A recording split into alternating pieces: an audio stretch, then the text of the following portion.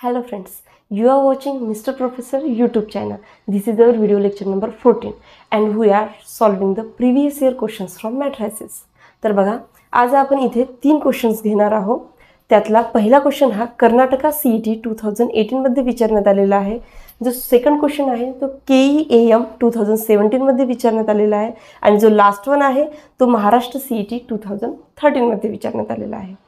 तर बघा आजचा जो आपला पहिला आणि दुसरा क्वेश्चन आहे तो ॲप्लिकेशन ऑफ मॅट्रिसेसवर बेस आहे. आपल्याला माहित आहे ॲप्लिकेशन ऑफ मॅट्रिसेसमध्ये 2 मेथड येत असतात, मेथड ऑफ इन्व्हर्शन आणि मेथड ऑफ रिडक्शन.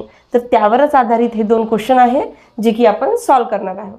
तर बघा पहिला जो क्वेश्चन आहे आपला असा आहे, इफ एक जसं AX = B च्या फॉर्ममध्ये ते आपल्याला इक्वेशन दिलेलं आहे असं तुम्ही म्हणू शकता.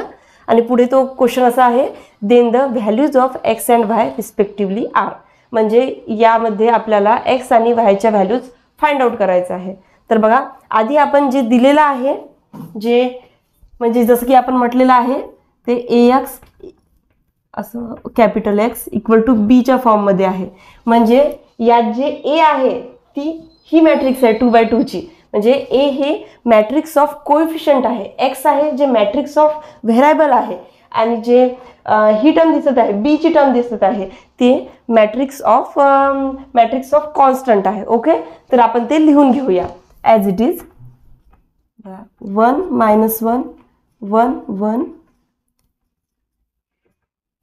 x आणि y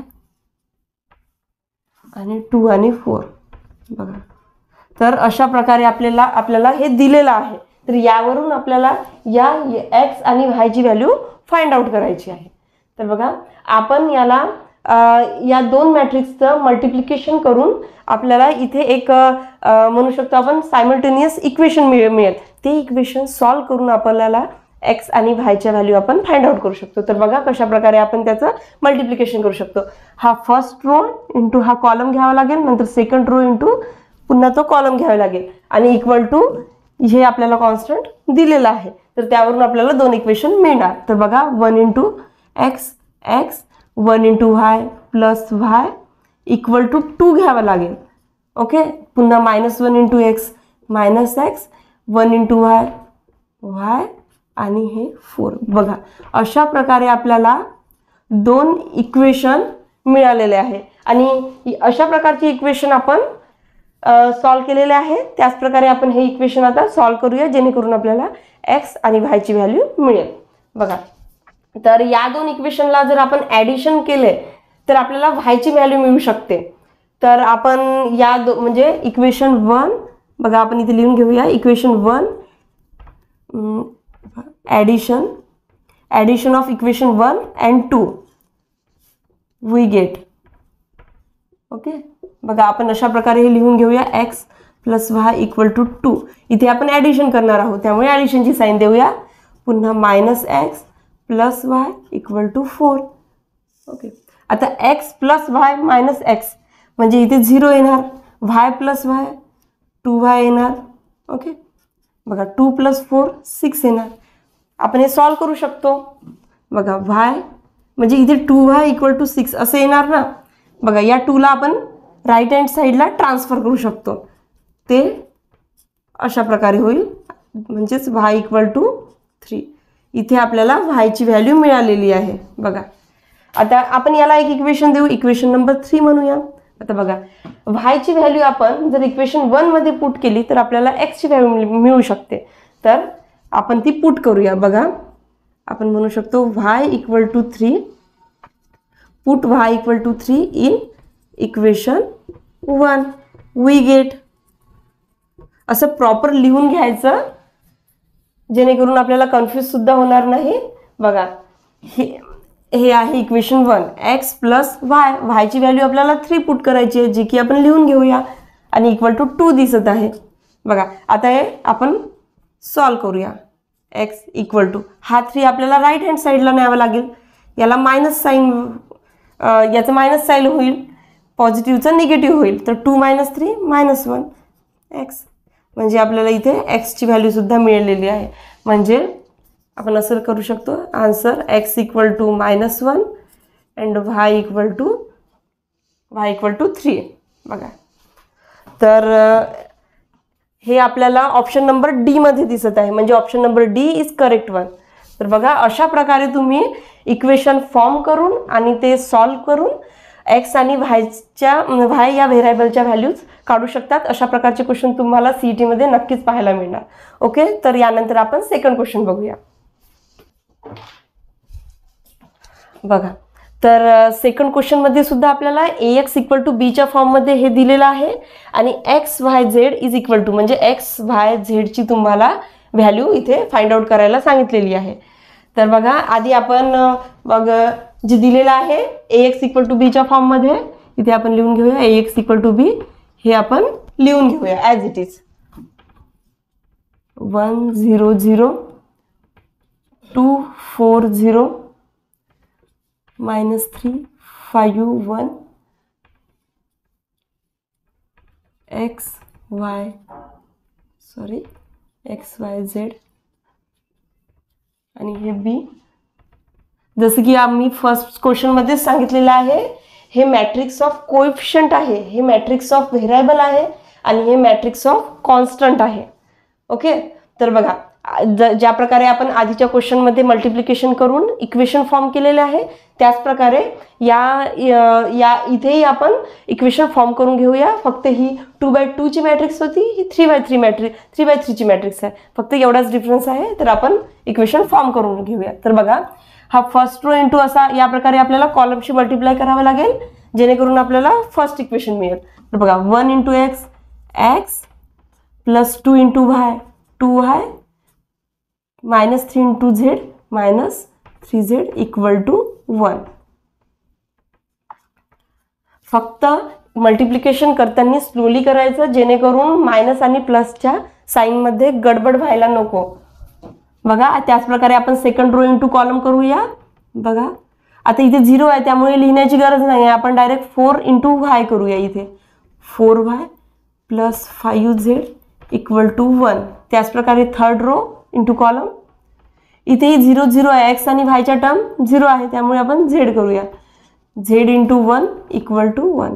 बघा, याला इक्वेशन नंबर 1 देऊया, याला 2, हे 3. तर आपण जर थर्ड इक्वेशनला बघितलं तर आपल्याला दिसत आहे की झेडची व्हॅल्यू इथे ऑलरेडी निघालेली आहे. त्यामुळे आपल्याला इथे इक्वेशन जसं आपण आधीच्या इक्वेशनमध्ये 2 इक्वेशनचं ॲडिशन केले, त्यावरून आपल्याला व्हायची टर्म मिळालेली होती. तर इथे कोणत्याही इक्वेशनचं ॲडिशन किंवा सबस्ट्रॅक्शन करण्याची गरज नाही आहे. इथे आपल्याला झेडची व्हॅल्यू डायरेक्ट मिळालेली आहे. त्यामुळे आपण ही झेडची व्हॅल्यू डायरेक्टली जर 2 मध्ये पुट केलं तर आपल्याला व्हायची व्हॅल्यू सहजतेने मिळू शकते. तर ती आपण पुट करून घेऊया.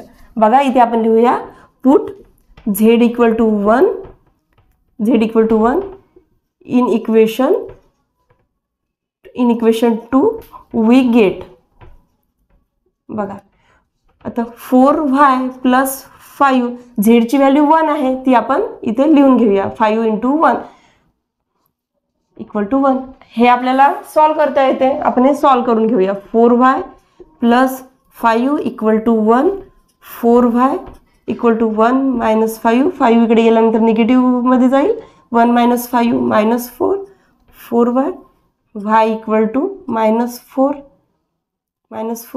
Upon 4 y equal to -1. बघा, आपल्याला y ची व्हॅल्यू सुद्धा मिळालेली आहे. आता x ची व्हॅल्यू राहिलेली आहे. बघा, इथे z ची मिळाली, इथे y ची मिळाली. आपण या y आणि z ची व्हॅल्यू इक्वेशन नंबर 1 मध्ये पुट करूया, जेणेकरून आपल्याला राहिलेली x ची व्हॅल्यू सुद्धा मिळेल. बघा, म्हणू शकतो आपण इथं सबस्टिट्यूटिंग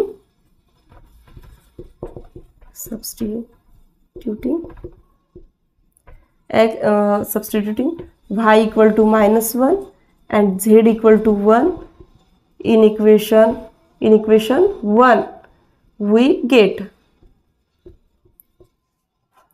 पहा, x ॲज इट इज लिहावं लागेल. 2 इंटू वाय दिसत आहे, वायची व्हॅल्यू -1 आहे, जी की आपण आत्ताच काढलेली आहे. इथे मायनस आहे. झेडची व्हॅल्यू 1 इक्वल टू 1. बघा, अशा प्रकारचं इक्वेशन आहे, ते आपण सॉल्व करू शकतो.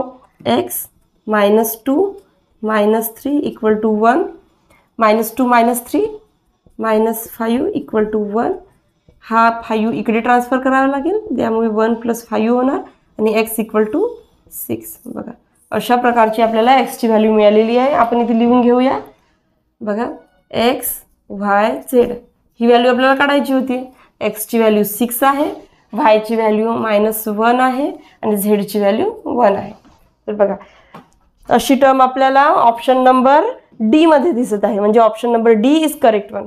बघा तर अशा प्रकारे तुम्ही x y z च्या व्हॅल्यू काढू शकता. यानंतर आपण लास्ट क्वेश्चन बघूया. यानंतर आपण थर्ड क्वेश्चन बघूया. तर बघा थर्ड क्वेश्चन असा आहे, इफ a एक 3x3 ची मॅट्रिक्स दिलेली आहे, where A capital A11, A12, A13 are cofactors आहे म्हणत आहे of A11, A12, A13 respectively. Then the value of एक इक्वेशन दिलेलं आहे, त्याची व्हॅल्यू आपल्याला फाइंड आउट करायची आहे.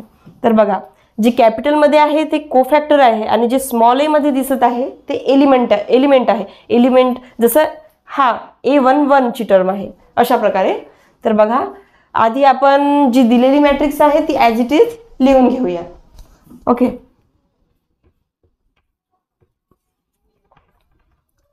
कॉस थीटा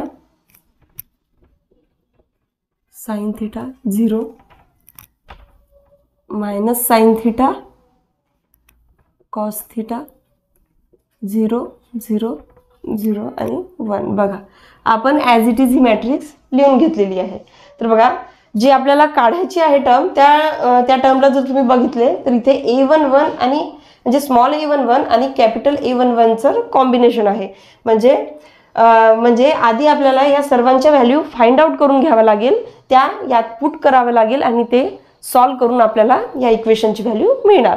तर आधी आपण जे A11, A12 आणि A13 आहे त्याच्या व्हॅल्यू लिहून घेऊया. बघा A11 या क्वेश्चन इक्वेशनमध्ये पण तेच आहे, A11, A12 आणि A13 याची व्हॅल्यू आधी आपण लिहून घेऊया.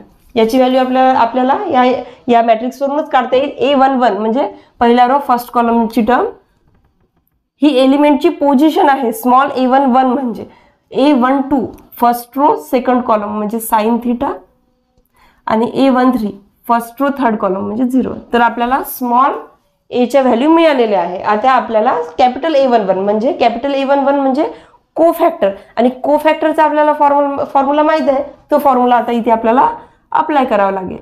पहा इथे कोफॅक्टर म्हणून लिहूया. कोफॅक्टर काढत आहोत आपण. ओके, बघा कोफॅक्टर A11चा कोफॅक्टर आपल्याला फॉर्म्युला माहित आहे. तो फॉर्म्युला कसा आहे, -1 to the power of I + J. I + J इथे 1 + 1 आहे. आणि आता फर्स्ट रो आणि फर्स्ट कॉलम सोडून जे उरेल त्याचा आपल्याला डिटर्मिनंट काढावा लागेल. बघा फर्स्ट रो फर्स्ट कॉलम, आता इथे काय आहे कॉस थीटा, ही 2/2 जी मॅट्रिक्स आहे. तर इथे काय ना cos theta into 1 cos theta -0 म्हणजेच इथे काय येणार कॉस थीटा. आता हे 1 + 1 इव्हन आहे त्यामुळे कोणत्याही प्रकारचं साइन इथे कॉस थीटाला लागणार नाही. त्यानंतर काय काढायचं आहे A12चा कोफॅक्टर.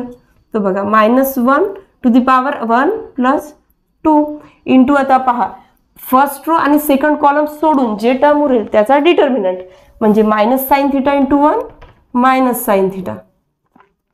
Okay, into 0 into 0 0 equal to आता -sin थीटा -0 इथे -sin थीटा येणार. पण इथे 1 + 2 3 म्हणजे ऑड नंबर येत आहे. ऑड नंबर येत आहे म्हणजे जे येईल त्याची आपल्याला साइन चेंज करायला लागेल. इथे मायनसमध्ये sin थीटा येत आहे म्हणजे पॉझिटिव्ह येणार. ओके, आता लास्ट वन A13. बघा A13 -1 to the power of 1 + 3. आता फर्स्ट रो थर्ड कॉलम सोडावा लागेल आणि रिमेनिंग मध्ये जे मॅट्रिक्स आहे त्याचा डिटर्मिनंट पुन्हा -sin theta into 0 0 0 into cos theta 0 म्हणजे इथे सरळ 0च येणार. म्हणजे याचा आन्सरही 0च येणार. म्हणजे आपल्याला सर्व टर्मची व्हॅल्यूज मिळालेली आहे, ती आपल्याला या दिलेल्या इक्वेशनमध्ये पुट करावी लागेल. बघा इथे A11 म्हणजे कॉस थीटा. ओके, त्यानंतर कॅपिटल A11 जो की आपण काढलेला आहे कॉस थीटा. बघा plus A12 small A12 sine theta.